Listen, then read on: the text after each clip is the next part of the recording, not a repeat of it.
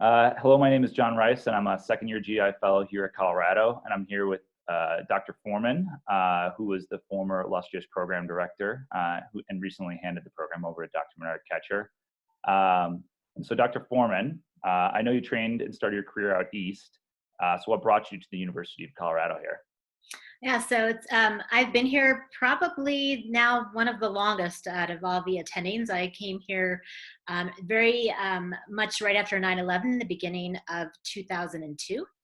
As you said, I did all my training out east at University of Pennsylvania. I did fellowship there and was on faculty. And I think one of the reasons I decided to move is just that I had been at the same institution for so many years.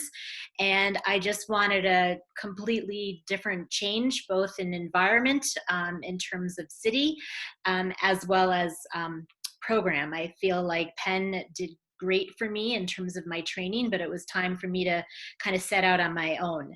There is this still, and there was this connection between University of Pennsylvania and University of Colorado's liver transplant programs. I focused on liver transplant when I was in training at Penn.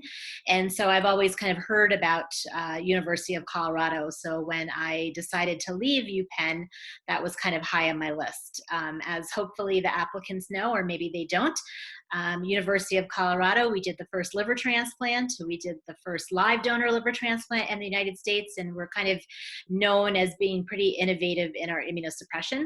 So it just seemed like a good fit for me. Awesome. All right, so as the former program director, you helped mold the program into what it is today. So what do you think are some of the strengths or unique aspects of the program here? Yeah, I'm very proud at what I've done over the past 17, 18 years here as program director. And the program really is completely different when I first started. The program was very much a clinical program.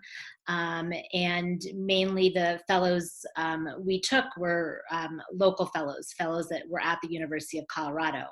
And since I've been here, I'm really proud to say that the program is much more diverse in terms of applicants from all over the country, all over different academic institutions, East Coast, West Coast, as well as Midwest.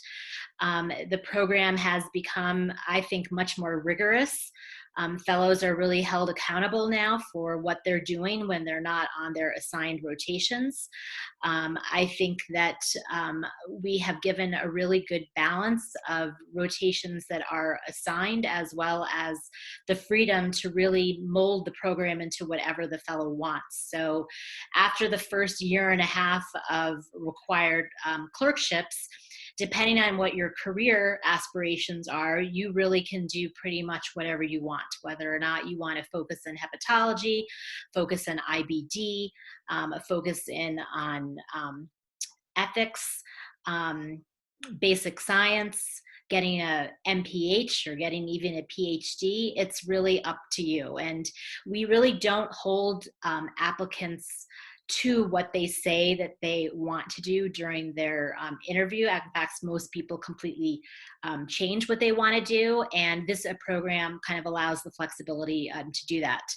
I think another unique aspect of this program is, in addition to being incredibly strong in hepatology, IBD, therapeutics, and really when you're a fellow here, you will get exposed to absolutely everything. So even if you want to go into private practice, you will get a really great broad clinical experience. But besides that, and in a way, even more importantly, I just think the fellows that we attract and the faculty that we attract are really kind of well-rounded, and it's really like a family. Fellows mingle with attendings freely. They play basketball with attendings. They come over to different attendings' houses for, before COVID, of course, for wine dinners, sushi making parties. It's just much more of a family than what I had been used to back east. Yeah, I can definitely agree with that. Definitely everyone's very welcome, and the diversity of this program is definitely a huge draw here. And you can really do whatever you want, as you said. And I've found obviously you and the program to be very, very supportive with all that. So, all right. That's great. So outside of the program, though, what have been some of your favorite parts about living in Colorado? Yeah. I think just living in Colorado is an experience in itself, and just being able to see the mountains every day, kind of going to work and coming back from work, puts everything in perspective. So even if you have a really bad day at work, just looking out and seeing the mountain range is really really special. Outside of work, hiking is ample, and it's you don't have to really drive very far to get incredible views and mountains, very different from the streets of Philadelphia. So I think hiking is really great. There's ample opportunities to backpack. The skiing here is incredible, whether it's the local results such as Vail, Beaver Creek, and Breckenridge. It's also very easy to get some lesser known but probably better skiing, such as Monarch and Wolf Creek. If you like biking, there's biking. If you like rock climbing, there's rock climbing. It's just really amazing to be able to just unwind and completely forget your work when you leave the hospital. Yeah, I've definitely known that the program here, everyone is, when you're there, you work hard, but you're also going to get 10 hiking recommendations from your attendings or your Yeah, so fellows. So definitely work hard, play hard. And I always tell this story well, I did tell the story when I was program director, but when I came here to interview the head of the GI department, Greg Fitz at the time, he had to cut my interview early with him because he wanted to go skiing and wanted to beat the I-70 traffic. And when he said that, I knew that Colorado was home. when even the directors, the program is going up to the mountains too. It's nice. Exactly. Um, well, perfect.